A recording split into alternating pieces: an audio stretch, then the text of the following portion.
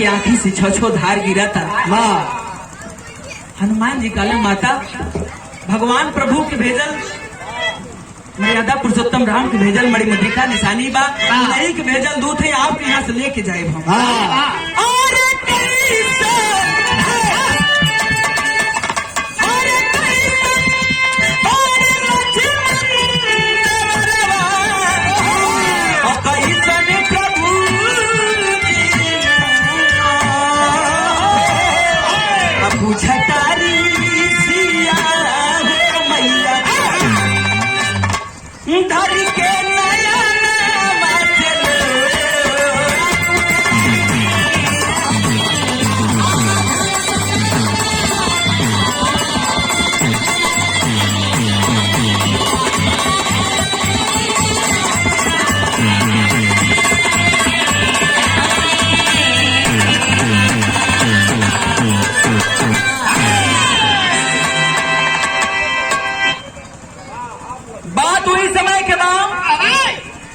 हम खाली आप लोगन ने ठे राय जानना चाहत हैं। जवन हमहन गावत बजावत है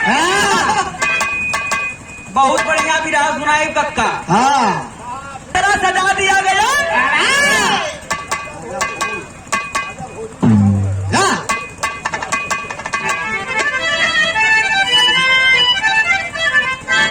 के बुला के पूछलो मंत्री बार ऐसा कोनो काम बतावल जाओ ऐसा कोनो काम कर जाओ जौन काम से हमरे राज्य के जनता खुश रहे हमारा गुणगान करे आदर और सम्मान करे।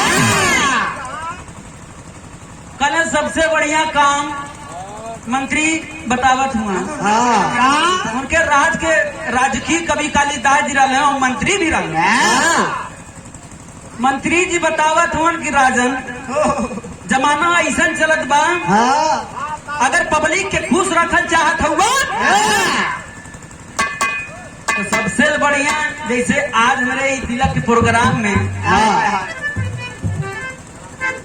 ये हमारा ज्योति के विराह चालू भल वही तरह वो जमाने में मंत्री जी सलाह दिलन राजा की राजा ऐसा प्रोग्राम करता कि नाच गाना प्रोग्राम कर देता तो जनता बड़ी तारीफ करता। राजा आओ देखलन नताओ देखलन पहले दिन भरा पिटवा दिया जाए कि फला दिन राजा की यहाँ नाच गाना होवे वाला है पूरे राज के जनता आमंत्रित था आपो सब आमंत्रित हुआ। तो विराह की शुरुआत कैसे मास्टर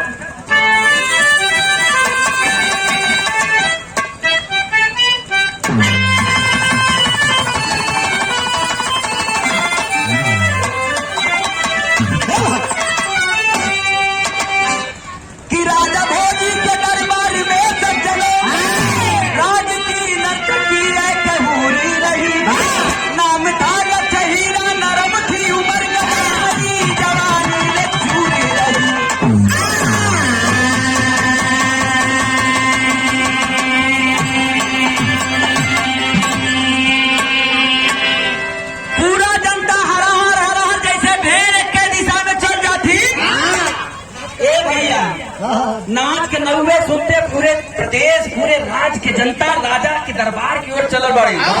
सुरेश भाई तने खास कम और राज के दरबार यही तरह जैसे लाइट मंच कुल लगल है यही तरह राजा के दरबार में जगह जगह लाइट की व्यवस्था कही गई बढ़िया से व्यवस्था गलीचा बिछवाल गल जो ऐसा पुरनिया रहले नाच के शौकीन जो रहले सब आगे बैठ के अपने अपने घरे से का कांटा पुअरा रख चलत बाटी नाच होई कि अगर बढ़िया से जगह ना मिलल तो यह पुअरा बिछाए के आगे बैठल।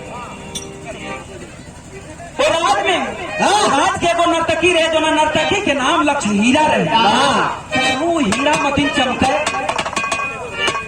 जैसे ही ओकर नाम लक्ष्य हीरा रहे वही तरह लक्ष्य हीरा चमकत भी रहे। और वही लक्ष्य हीरा के नाच के प्रोग्राम देखे खातिर पूरा जनता उमड़ल बा। तो जनता उमड़ल बा लेकिन जब वो नर्तकी पहले आप लोग देखे हो ऑर्केस्ट्रा में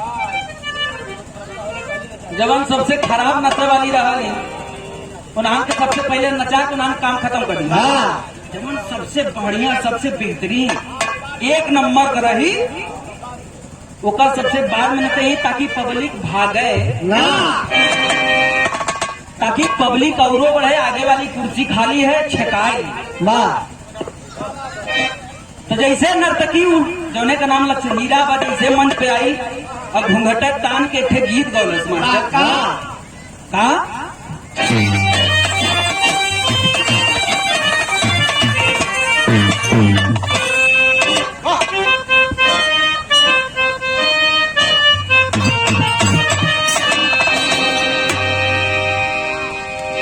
जवानी बड़ी खराब जब जवानी भैया नहीं चौथे पनवा ना जब जवानी आवेला तू चोकरा लावेला एक लाइन कव्वाली है कि जब से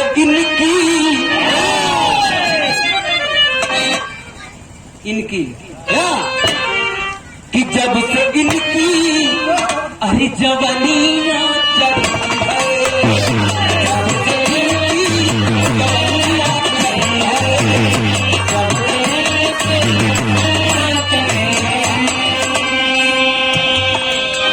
कि ये कुमारों के पीछे पड़ी है जब से इनकी जवानियां चढ़ी है जब से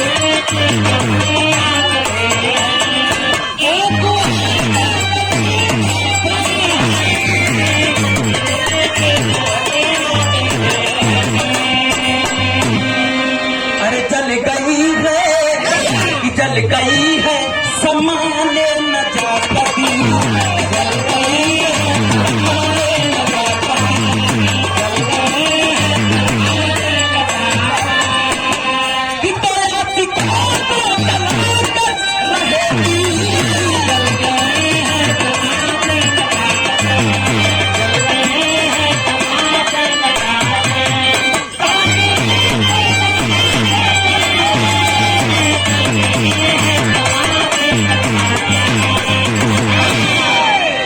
राज दरबार में ये कौन हुआ जनता भारी राज की नर्तकी नाचे कभी बारी बारी अंत में भारी लक्ष्य हीरा की भी आई है मुहून में मती जवानी चरमरात रहे लक्ष्य हीरा की जैसे ही जवानी चरमरात रहे जैसे ही मंच पे आई लक्ष्य हीरा पब्लिक सामने बैठा हल्ला मचा दिला कितना सीटी मारे लगे जो दांत जब दादा लोग डाले जकरा दांत में जकरा मुंह में दांत ना रहे चार हाथ कूदे लगल कौन गाना गावे 80 साल जेकर उम्र बीत गई है निकाल के देखो वो सब ऐसे ताकत में गरीब बप्पा रे बप्पा जितनी गोर ही है गरीब बप्पा रे इतनी गोर ही है जब आई लोग गीत गावा था गीत में मास्टर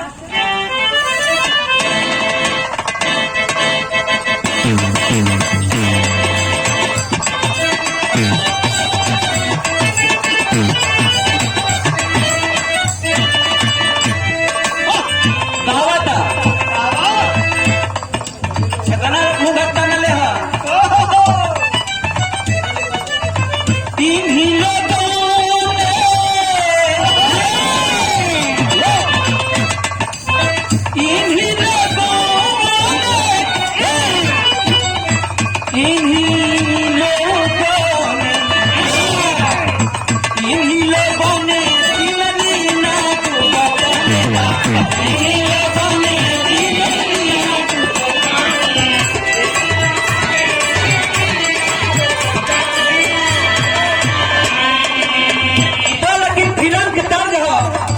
नर्तकी का था बलीमा पे दर्दी बलीमा पे दर्दी बलीमा पे दर्दी बलीमा पे दर्दी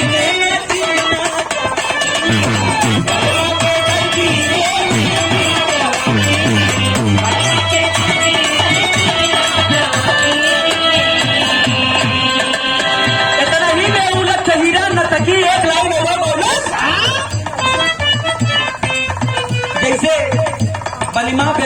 न चीरा जवानी में ही इतना ही गावा था। तो यही जो दद्दा लोगन हुआ 60 परी के ऊपर बनी पीछे से अपन कुआरा सरकाय के आगे बड़ा निमन गावत हरे। जितना देखा में खूबसूरत ही है उतना बढ़िया बहुतो तबले एक लाइन उठा के और गा दिलस का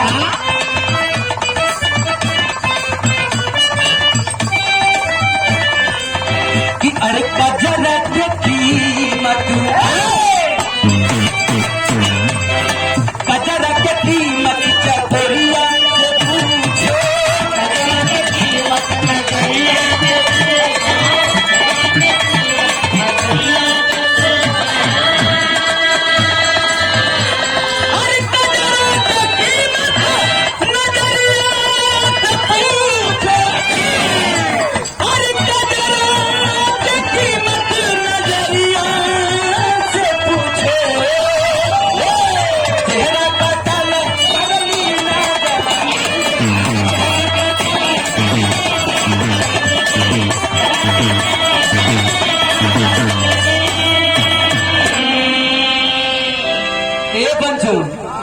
इतना तो ठीक बा। वही दरबार में राजा के बीचों बीच राजा बैठल हुआ जौन बगले बगले कुर्सी लगल हो मंत्री बैठल हुआ।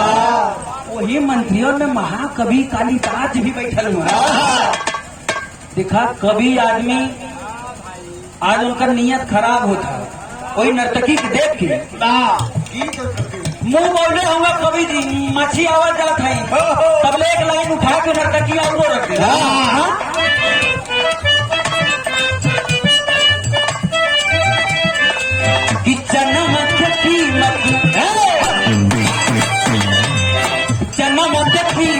चकोरिया से पूछो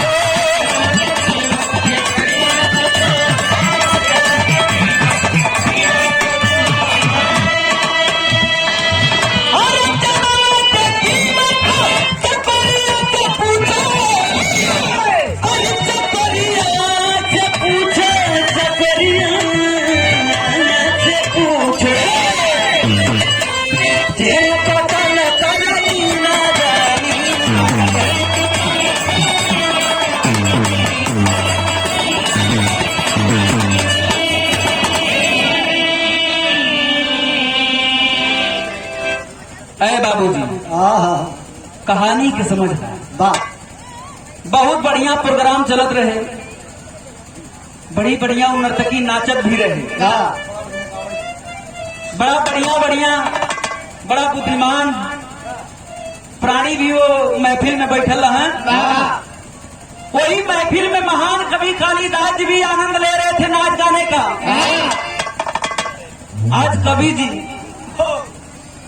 नाच गाना बंद हो गई, सब अपने अपने घरे चल गई। लास्ट में नर्तकी भी अपने आवास में वही राज दरबार में थोड़ी दूर पे नर्तकी के रहे खातिर आवास मिलल रहे सरकारी रहा। नर्तकी भी अपना आवास पे गई। वही राज दरबार के थोड़ा ही बगले महाकवि कालिदास जी के रहे का स्थान मिलल रहे। 15 दिन पहले कवि जी कभी आदमी जाए कर हेहर नाच गाना खत्म हो गई जाए कर हर चल गए यहर मैंने यहर उनकर घर रहे यार नर्तकी के जाके नर्तकी के दरवाजे में पहुंचलो केवाड़ी के पल्ला हुआ पकड़ कैसे खट खट खट खट करत हूँ। नर्तकी सोचत हो वही तो गाय नाच के आवत है इतना थकल हरा के इतना रतियन टन आवत हो भैया फिर सट्टा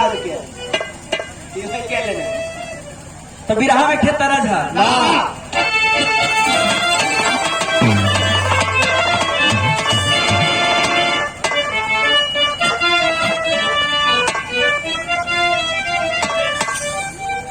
जैसे ही नर्तकी दरवाजा खोलस देखत हुआ महान कवि कालिदास जी। जैसे ही कवि जी की देखलत पूछलत कवि जी प्रणाम। अरे आप कैसे यहाँ चले ला पहले इसे बड़ी जोर झमड़ के प्यास लगल है तो चले कहा तुम कहा कोना भावना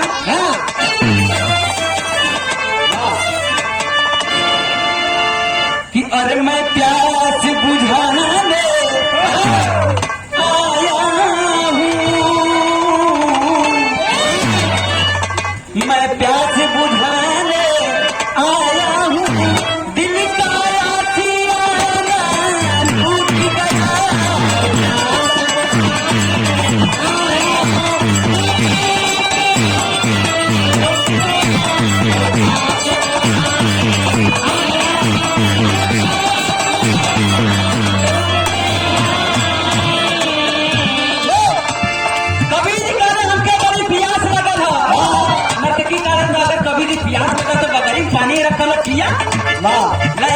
सकीला अरे हाँ ऐसा कुछ ना है कल तब कभी जिता हुआ कभी जो घुमा घुमा के बात करत हुआ कि तुमने कोई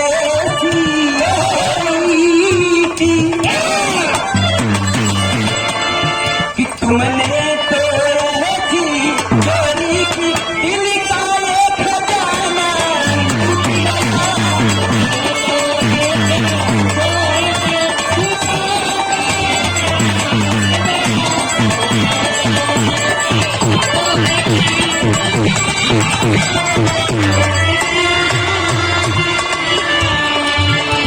अब कभी भी अपने दिल की बात नर्तकी के सामने खोल दे चले रे पागल हमके ही पानी की प्यास ना हो पानी के चले तो कौन बात है नर्तकी का एक बात बतावा साफ साफ घुमावा मत बहुत बताओ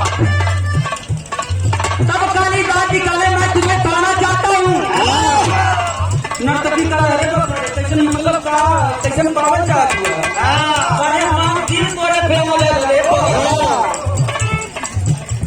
तब नर्तकी हाथ जोड़ के खड़ी भेल इनको पर दो पाई तब युवा पगला गए जान कैसे छुटकारा से होगा तब अथवा जोड़ के सभी के सामने नर्तकी कहा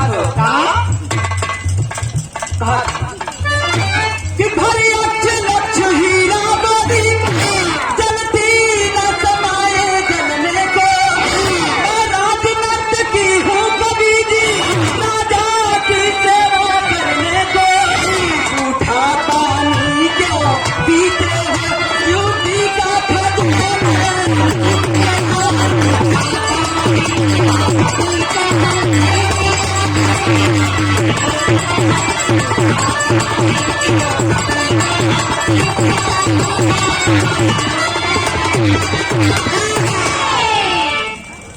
नर्तकी कहलस एक कवि जी बात तो ठीक है ठाक कहा हुआ जो बत्ती बरा था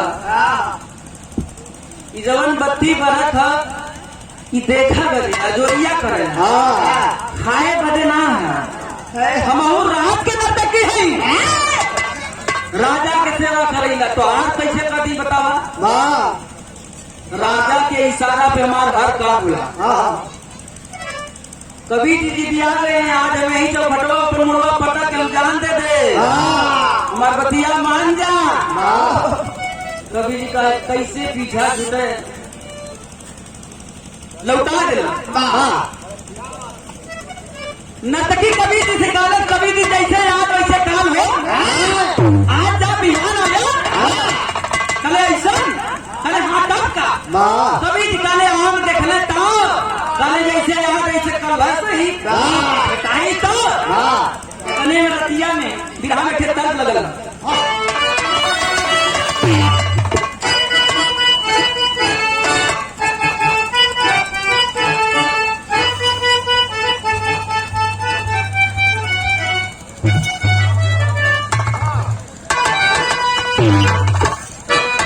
स्वर्गीय रामदास दास के धुन अपने जवानी के आलम में घूम के गई लो अब गाय की चला दे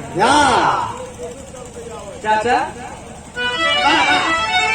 हुआ की था अरे कोठरी पर कोठरी हलवाइया का दुकान हाथ में तू छूट गया हलवाइया मारा सान किरिया लैला अरे किरिया लैला राजा अब ही किरिया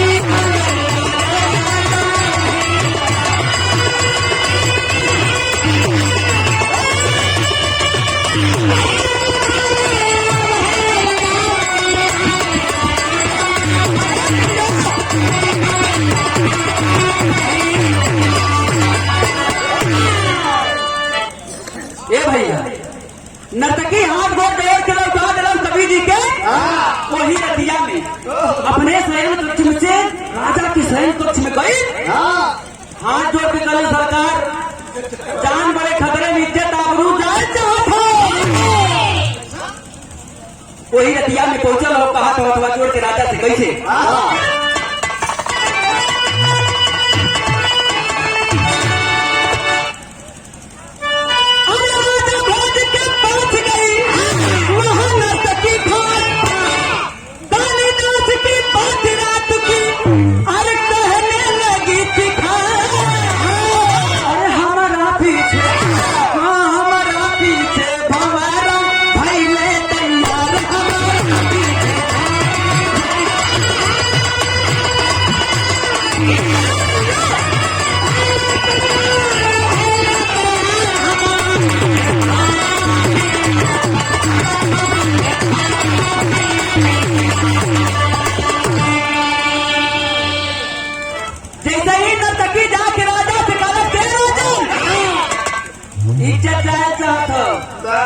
राजा यहाँ देखना कहाँ देखना और वही मियान मुझे तलवार हरा निकाल लहरावे लगलो। बहन किसने दुस्साहस किया ऐसा? हमारी राज नर्तकी के ऊपर गंदी निगाह डालने की किसने हिम्मत कर दिया भाई? किसने किया? जिसने भी किया होगा उसका सर घर से अलग कर दिया जाएगा। सोच लो। नर्तकी का ए राजा, ए राजा, हे कर्मा जी, राती के बेला इतना गरजत हुआ उधर के सुन रही बड़ी बेइज्जती हो। कले तो कले दूसर केहू ना कले खाली नाम बताओ तो नाम बताओ। नर्तकी कले से राजा जौन है तोरे बगलिया तोहर मंत्री महाकवि कालिदास जी है। वह हमारे दरवाजा पे जाके कहने मैं तुमको पाना चाहता हूँ, मेरी आगोश में आओ, मुझसे प्यार करो। हो ही नहीं सकता, महाकवि कालिदास जी विद्वान आदमी हम अरे अरुण लग गए कहले विश्वास ना होता। राजा कहले नहीं विश्वास तो नहीं होता।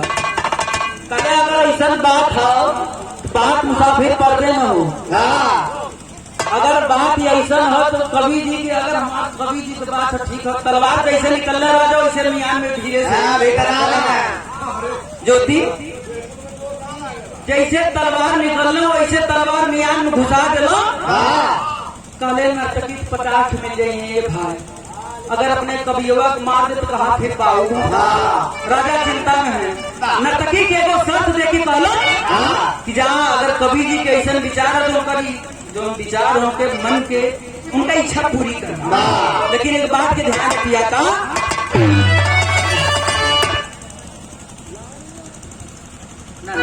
तेरी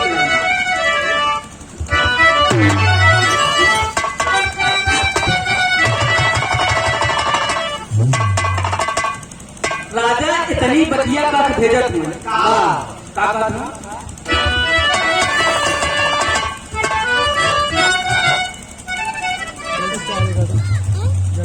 राजा कहलन जितना कवि जी कहा उनका काम कर रहा जो हम मंत्रवा के भेजत हुए का फॉलो करेगा कि अरे परवाना, अरे परवाना, वो परवाना कोई पागल हो गया, अरे लगन कलेजे तीर मचल गया दीवाना, यार दीवाना,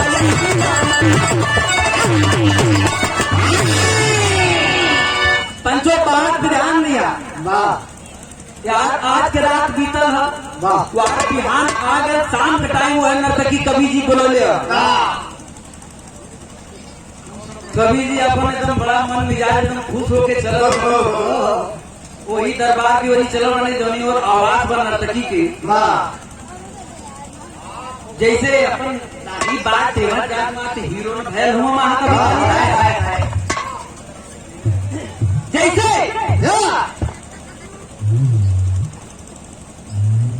जैसे कभी भी वहां पहुंचत हुआ,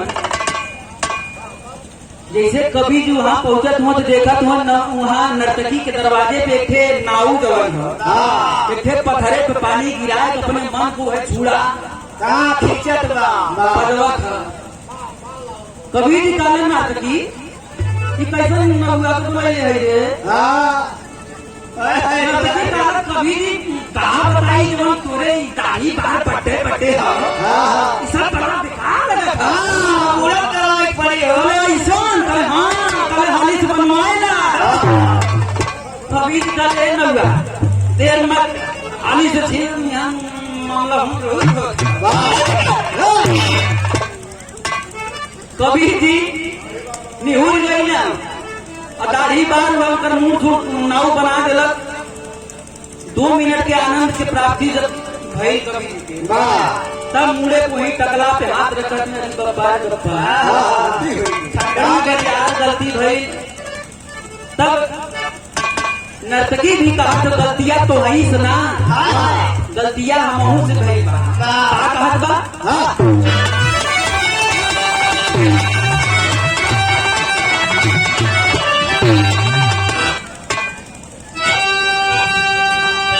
अरे पढ़ के स्कूल में ये भैया बड़ी खतरनाक चीज है। अरे पढ़ के स्कूल में भूल गई लागी नवारंगी बाजी में। अरे पढ़ के स्कूल में भूल गई लागी नवारंगी बाजी में। अच्छा उपट कई लाया नवारंगी बाजी में।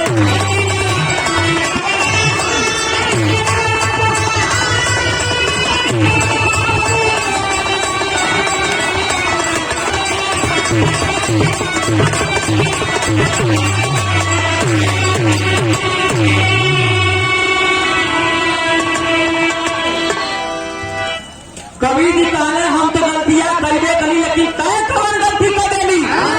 निर्दोष खाली रे। कहले रही तब नर्तकी बतावत था। अरे यही राजा के कहले पर जब वो दिनवा तू अइला हा, हम तो के यहाँ से भेज देली, तू चल गईला अपने रूम पर। तो जब तू गईला हा तब यही तुरंते हम राजा के लगे गईली। राजा हमका कहे पठे कि अगर कभी जी की बात हो तो उनकर इच्छा पूर्ण कर दी है, लेकिन एक ठे काम करिए, उनका दाढ़ी बात जरूर करवाए। अरे ही राजा के कहले पर अरे देहली दाढ़ी बार बनवाई हो। अकाल सवेरे दरबारे में होई जगी हसाई हो। अरे दरबारे में गई जब बिहान रंगी बाजी में, वही दरबारे में जुटी जाई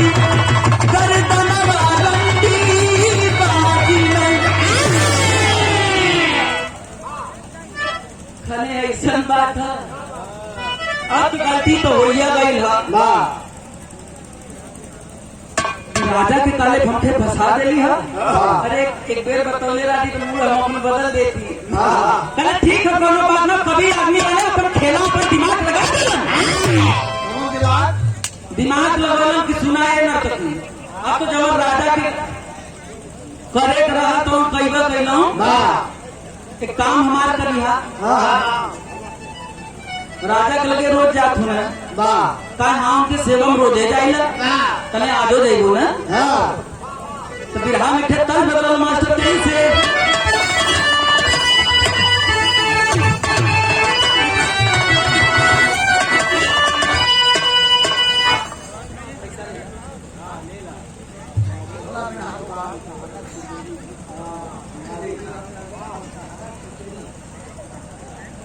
ये देखें हौसला अफजाई किया गया। आदरणीय श्रीमान बाबू राम यादव जी बलटहरा टिकरी की आजादी धरती पे आपके करकमलों द्वारा 101 रुपए का सम्मान देकर के हौसला बढ़ाया गया। अगर बीच बीच में थोड़ा सा गर्मी मिलत रहे तो कलाकार का नर्वस ना हुई हम सब भैया के हाथ में पहली बात आशीर्वाद के काम हुआ।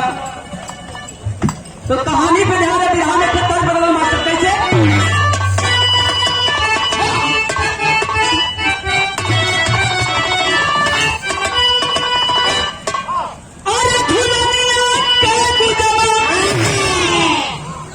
यह स्वर्गीय रामदेव उस्ताद के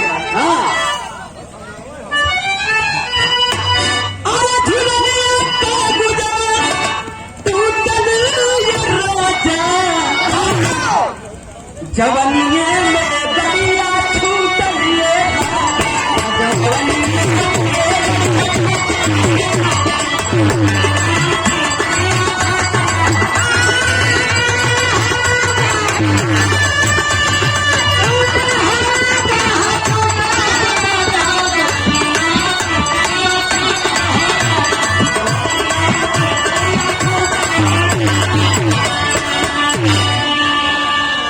महाकवि कालिदास और नर्तकी के एक बात सिखा के भेजत हुआ।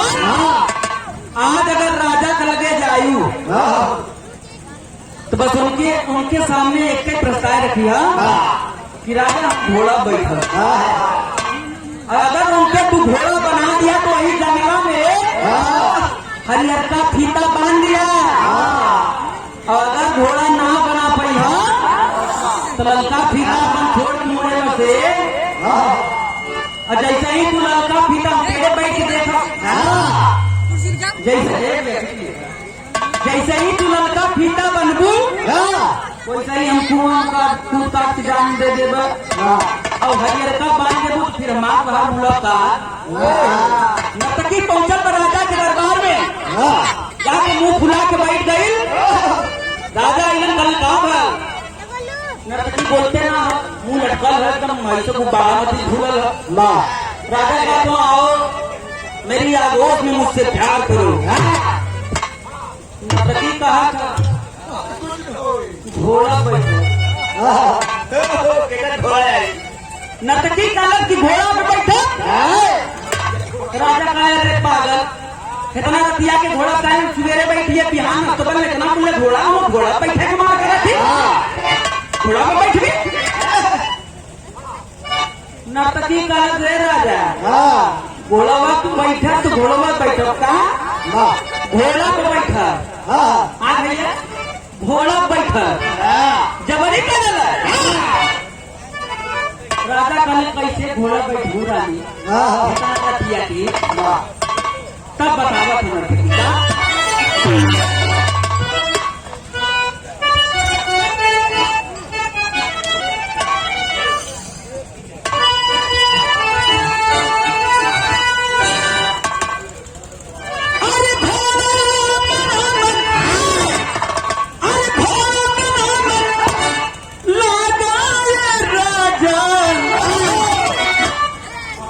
नर्तकिया बहकावत हो राजा की और घोड़ा बनावल जाता था।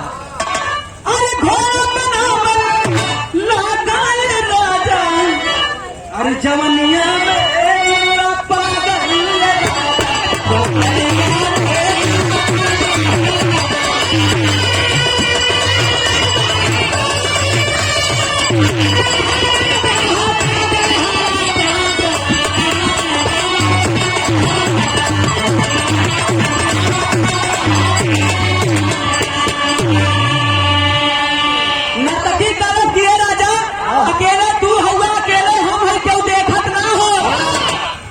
तो ही घोड़ा बन जाता, हम बैठ ले राजा तो पहले हम घोड़ा नर्तकी का तब जा घोड़ा ना बन मत जा तू अपनी है। अच्छा ठीक है राजा मान गए, जो पर्दा उर्दा हो खिड़की उड़की के बंद कर दे कोई देखे ना पावे। तो नर्तकी हाली हाली जितना खिड़की रहे सब बंद कर दिलस, तो राजा बन गए ना घोड़ा। नर्तकी हचक कूद के बैठ दिलस, और एड़ा कहीं चार घोड़ा टिकटी राजा एक राउंड वही अंगना में मरला,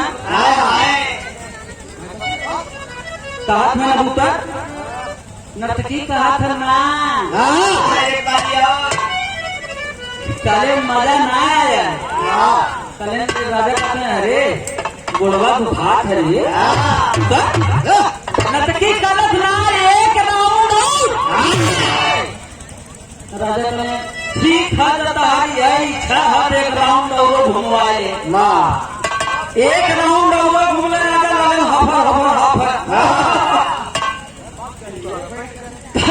तब राजा का तुम्हें बस करती नर्तकी कर ना ये राजा मदद ना लो, एक राउंड और घुमा दो करे बन का, एक राउंड और राजा घूमला वही अंगना में बड़ा बड़ा गिट्टक रहा गोड़ जो आलू मछली जो भूजल आलू रहे छिला तब नर्तकी का किया ये राजा हमारे आपस में प्यार कर राजा का दिमाग बहुत खराब है, इतना मेहनत करवा दे रही हमारे पास कुछ नहीं है तब करना।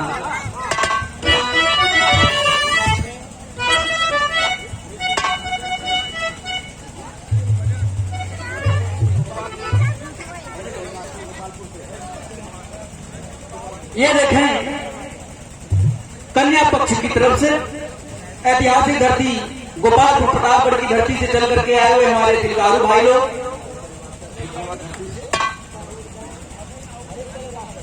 आदरणीय श्रीमान शिक्षा जगत के सच्चे प्रहरी आप हरीशचंद्र यादव मास्टर साहब, आपके कर कमलों द्वारा ये सदर 500 रुपए का आशीर्वाद आपके चरणों में कोटि कोटि प्रणाम।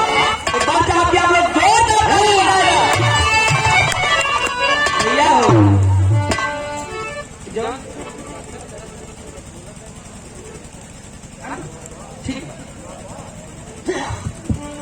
ताली बजावे में कोनो नाम गलत कलाकार हौसला बढ़ावे खातिर तू अगले जन्म में ना घूम घूम के बजाले तो हम बता देते हैं।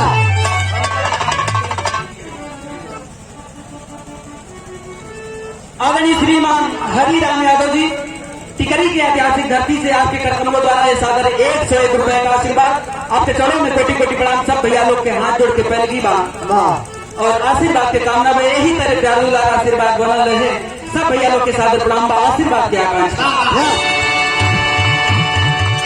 कि तिरिया चरित्र में राजा जी खज के अठैले पठैया टहलना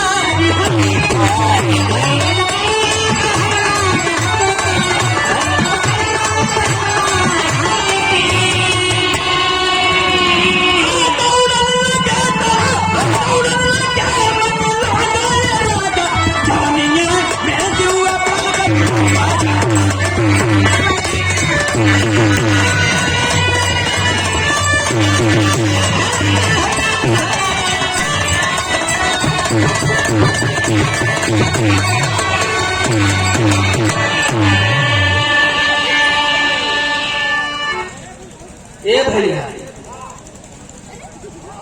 राजा तो हार मान लेना, हाथ गोड़ जोड़ कहले कि नर्तकी हमके जाए दे।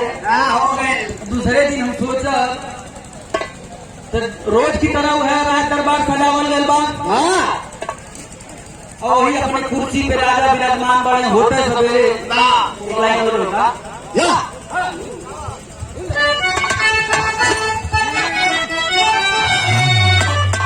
होती सवेरे राजा दरबार गइले वहां मुड़वा मुड़ा कालिदास भी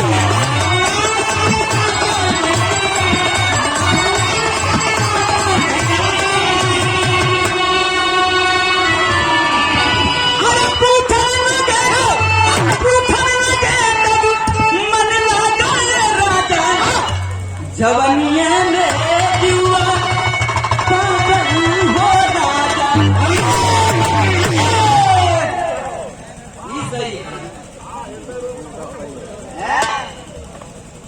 हर रोज की तरह दरबार सजा दिया गया, राजा अपने स्थान पर विराजमान हुआ। और यार कवि जी कालिदास के का हाल चाल है वह मूल बनवाए के बढ़िया दाढ़ी मोटी कुल झिला जब आवाज हुआ तो कुल जितना दरबारी हुआ सब ठाका छोड़ के हाथ न हो। अरे बब्बर के पास का देखने को मिला था, क्यों हिम्मत नहीं होता कि राजा से महाकवि कालिदास से पूछ ले कहाँ मुंह छुड़ बनौला है कहाँ कैसे कर दिला। राजा के लगे गई बगले बैठने के बगले बैठे तो राजा जी वही चुंडा पे हाथ रख के कहा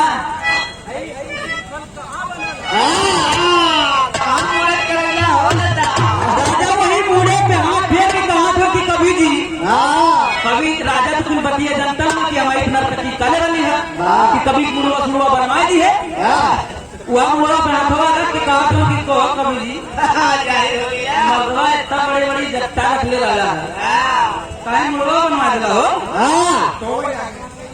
ऐसे बुजुर्ग बुजुर्ग करत हूँ अच्छा लगता है। कवि जी कभी आदमी आवे के नहीं जाने तक बहुत खेला खेले हूँ हाथ से दूसरा बड़ा पकड़ लेने जाने टाइम घोड़ा बन के नर्तकी घुमावा सा लगा था पकड़ कचकचा के दबा दे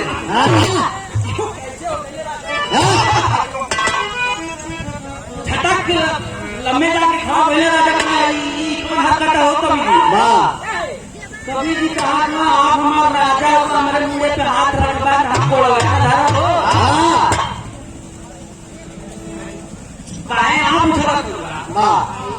जाने लगता है कभी कुछ पता है हाँ दोनों गेम जरूर खेल ले वाह मुसाफिर बात कर दे हाँ तब कभी जी से राजा पूछा कैसे